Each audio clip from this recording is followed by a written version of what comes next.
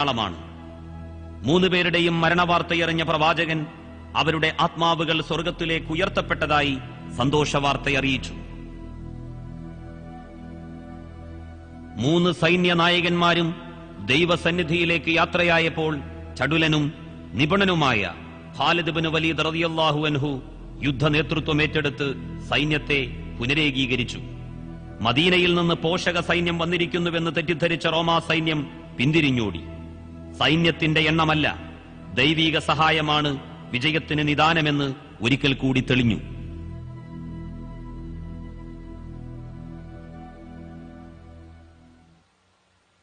Mecca വിജയം.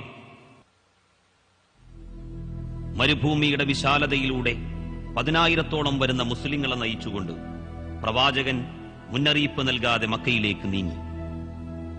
തന്നെയും അനുചരന്മാരെയും വീട്ടിൽ നിന്നും നാട്ടിൽ നിന്നും പുറത്താക്കുകയും വേദനാജനകമായ കൊടും ക്രൂരതകൾ ഏൽപ്പിക്കുകയും ചെയ്ത മക്കയിലെ ഖുറൈശികളും അവരുടെ നേതാക്കന്മാരും നിർബന്ധിതാവസ്ഥയിൽ തനിക്ക് കീഴൊതുങ്ങിയപ്പോൾ കാരുണ്യത്തിന്റെ പ്രതീകമായ പ്രവാചകൻ അവർക്ക് മാപ്പുകൊടുത്തതായി പ്രഖ്യാപിച്ചു. സ്വന്തം മതവും വിശ്വാസവും അനുസരിച്ച് ജീവിക്കാൻ അവർക്ക് സ്വാതന്ത്ര്യം നൽകി. വാളുകൊണ്ടാണ് ഇസ്ലാം പ്രചരിച്ചതെന്ന പ്രചരണം തെറ്റാണെന്ന് തെളിയിക്കുന്ന നിരവധി സംഭവങ്ങളിൽ ഒന്ന് മാത്രമാണിത്. മതത്തിന്റെ പേരിൽ നിങ്ങളോട് യുദ്ധം പ്രഖ്യാപിക്കാത്ത എല്ലാ അമുസ്ലിങ്ങളോടും നന്മ ചെയ്യണമെന്നും നീതി കാണിക്കണമെന്നും ഖുർആൻ അധ്യായം 60 മുംതഹിന 8-ാം സൂക്തത്തിൽ അല്ലാഹു അസന്നിഗ്ധമായി മുസ്ലിങ്ങളെ പഠിപ്പിക്കുന്നു. അല്ലാഹു അല്ലാത്തവരെ വിളിച്ചു പ്രാർത്ഥിക്കുന്നവരെ നിങ്ങൾ ചീത്ത പറയരുതെന്ന് ഖുർആൻ 6-ാം അധ്യായം 108-ാം സൂക്തത്തിലും മതത്തിന്റെ പേരിൽ നിങ്ങളോട് യുദ്ധം ചെയ്യാത്ത എല്ലാ ഇതര മതസ്ഥരോടും നീതി കാണിക്കണമെന്നും അവർക്ക് നന്മ ചെയ്യണമെന്നും 60-ാം അധ്യായം 8-ാം സൂക്തത്തിലും അല്ലാഹു മുസ്ലിങ്ങളോട് അസന്നിഗ്ധമായി കൽപ്പിക്കുന്നു.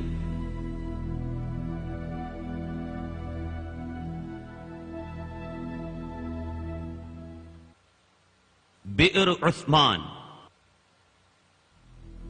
മദീനയിൽ കടുത്ത വെള്ളക്ഷാമം പിടിപെട്ടു.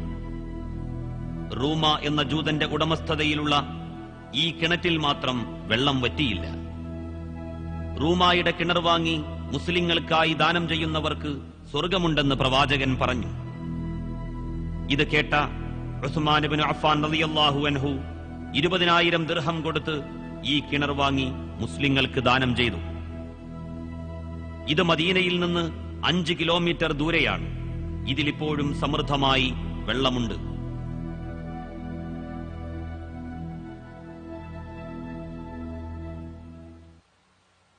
ഹജ്ജത്തുൽ വദാ. ആദ്യമായും അവസാനമായും പ്രവാചകൻ ഒരു ഹജ്ജ് മാത്രമേ ചെയ്തിട്ടുള്ളൂ. ഹജ്ജിന് പുറപ്പെടാൻ തീരുമാനിച്ച വിവരം പ്രവാചകൻ വിളംബരം ചെയ്തു. അറേബ്യയുടെ നാനാഭാഗങ്ങളിലും ആ വിളംബരം മാറ്റൊലികൊണ്ടു.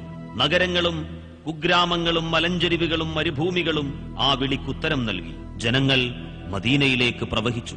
മരണത്തിന്റെ ഏകദേശം 3 മാസം മുമ്പ് AD 632 1,00,000-ഓളം വിശ്വാസികളെയും കൂട്ടി പ്രവാചകൻ മക്കയിലേക്ക് പുറപ്പെട്ടു.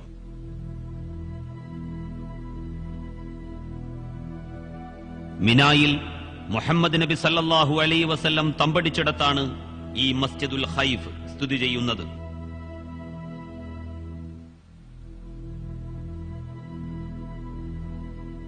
ഇതാണ് അറഫയിലെ മസ്ജിദുൻ നമിറ എന്ന പള്ളി. ദുൽഹജ്ജ് 9-ന് പ്രവാചകൻ അറഫയിൽ ഈ പരിസരത്ത് നടത്തിയ ചരിത്രപ്രധാനമായ പ്രസംഗത്തിന്റെ ചുരുക്കം: ജനങ്ങളെ, എന്റെ വാക്കുകൾ സശ്രദ്ധം ശ്രവിച്ചാലും ഇവിടെ വെച്ച് ഇനി ഒരിക്കൽ കൂടി നമുക്ക് ഒരുമിച്ചുകൂടാൻ കഴിയുമോ എന്നറിയില്ല. ജനങ്ങളെ, നിങ്ങളുടെ രക്തവും സമ്പത്തും അന്ത്യനാൾ വരെ പവിത്രമാണ്. എല്ലാ പലിശകളും അജ്ഞാനകാലത്തെ പ്രതികാര രക്തവും അസാധുവാക്കിയിരിക്കുന്നു. ജനങ്ങളെ, നിങ്ങൾക്ക് സ്ത്രീകളോടും സ്ത്രീകൾക്ക് നിങ്ങളോടുമുള്ള ബാധ്യതകൾ നിറവേറ്റുക. മാന്യമായ വസ്ത്രവും ഭക്ഷണവും നിങ്ങൾ അവർക്ക് നൽകുക. അവരോട് നിങ്ങൾ കാരുണ്യത്തോടെ പെരുമാറുക. അവർക്ക് നിങ്ങൾ ആശ്രിതരും പങ്കാളികളുമാണ്. ദൈവിക വചനത്തിന്റെ പേരിലാണ് അവരെ നിങ്ങൾക്ക് ഇണകൾ എന്ന നിലയിൽ അനുവദനീയമാക്കിയിട്ടുള്ളത്. എന്റെ വാക്കുകൾ സശ്രദ്ധം കേൾക്കുക.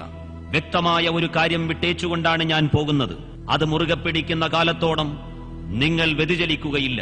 ദൈവിക ഗ്രന്ഥവും അവന്റെ ദൂതന്റെ ചര്യയുമാണത്. നിങ്ങൾ ആത്മദ്രോഹം ചെയ്യാതിരിക്കുക. എന്റെ രക്ഷിതാവായ നാഥ, നീ എന്നെ ഏൽപ്പിച്ച ദൗത്യം ഞാൻ എത്തിച്ചു കൊടുത്തിട്ടില്ലയോ? ജനങ്ങൾ ഏകസ്വരത്തിൽ വിളിച്ചു പറഞ്ഞു, അതെ. പ്രവാചക തിരുമേനി തന്റെ വിരൽ ആകാശത്തേക്ക് ചൂണ്ടിക്കൊണ്ട് പറഞ്ഞു, അല്ലാഹുവേ, നീ സാക്ഷ്യം വഹിച്ചാലും ലോകത്തിലെ സർവ്വരാഷ്ട്രങ്ങളിൽ നിന്നും മുസ്ലിങ്ങൾ ദേശഭാഷാ വർണ്ണ ഭേദമന്യേ അറഫാ ദിനത്തിൽ ഇവിടെ താമസിക്കുന്നു. ഉയിർത്തെഴുന്നേൽപ്പു നാളിൽ സർവ്വ മനുഷ്യരും മഹ്ശറയിൽ ഒരുമിച്ച് കൂട്ടപ്പെടുന്ന സംഭവത്തെ ഇത് ഓർമ്മിപ്പിക്കുന്നു. ഇത് മുസ്ദലിഫ പള്ളി.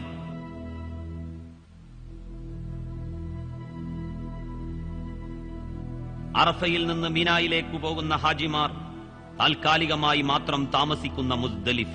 മാതാവിന്റെ ഗർഭാശയത്തിൽ നിന്ന് പരലോകത്തേക്കുള്ള യാത്രയിൽ താൽക്കാലികമായി മാത്രം താമസിക്കുന്ന ഭൗതിക ലോകത്തിന്റെ നൈമിഷികതയെയാണ് ഇത് ഉണർത്തുന്നത്.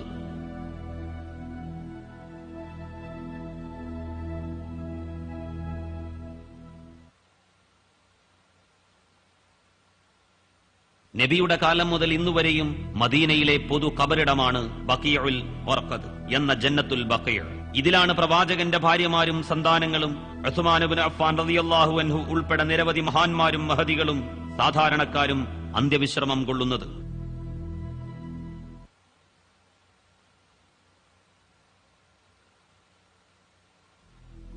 ക്രിസ്താബ്ദം 632 ജൂൺ 8 പ്രവാചകത്വ പരമ്പരയുടെ പരിസമാപ്തി കുറിച്ചുകൊണ്ട് അന്ത്യപ്രവാചകനായ നബി സല്ലല്ലാഹു അലൈഹി വസല്ലം തന്റെ 63-ാം വയസ്സിൽ ലോകത്തോട് യാത്ര പറഞ്ഞ ദിനമാണത്. ആയിഷ റളിയല്ലാഹു അൻഹയുടെ വീട്ടിൽ വെച്ചാണ് പ്രവാചകൻ മരണപ്പെട്ടത്. അവിടെ തന്നെയാണ് പ്രവാചകനെ മറവ് ചെയ്തതും. മദീനയിൽ മസ്ജിദുൻ നബവിയോട് ചേർന്ന് നിൽക്കുന്ന ഇതിനകത്താണ് പ്രവാചകൻ അന്ത്യവിശ്രമം കൊള്ളുന്നത്. അബൂബക്കർ സിദ്ദീഖ് റളിയല്ലാഹു അൻഹുവിന്റെയും ഉമറുൽ ഫാറൂഖ് റളിയല്ലാഹു അൻഹുവിന്റെയും ഖബറുകൾ പ്രവാചകന്റെ സമീപത്ത് തന്നെ സ്ഥിതി ചെയ്യുന്നു.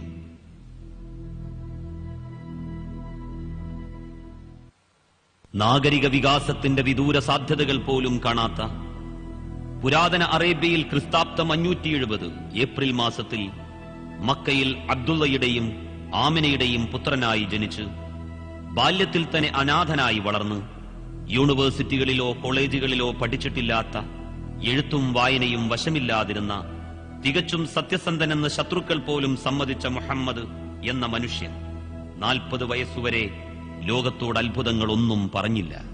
40 വയസ്സിന് ശേഷം ദൈവത്തിൽ നിന്ന് തനിക്ക് കിട്ടിയതാണ് എന്ന് പറഞ്ഞുകൊണ്ട് നമുക്ക് ചൊല്ലിക്കേൾപ്പിക്കുന്ന വചനങ്ങളുടെ ചരിത്രപരമായ ആധികാരികതയാണ് ഇതുവരെ നാം കണ്ടത്.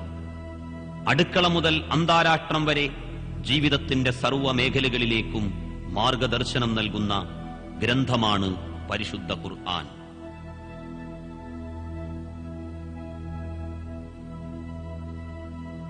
ഓർക്കുക, സർവലോക നിയന്താവായ ദൈവം അവൻ ഏകനാകുന്നു.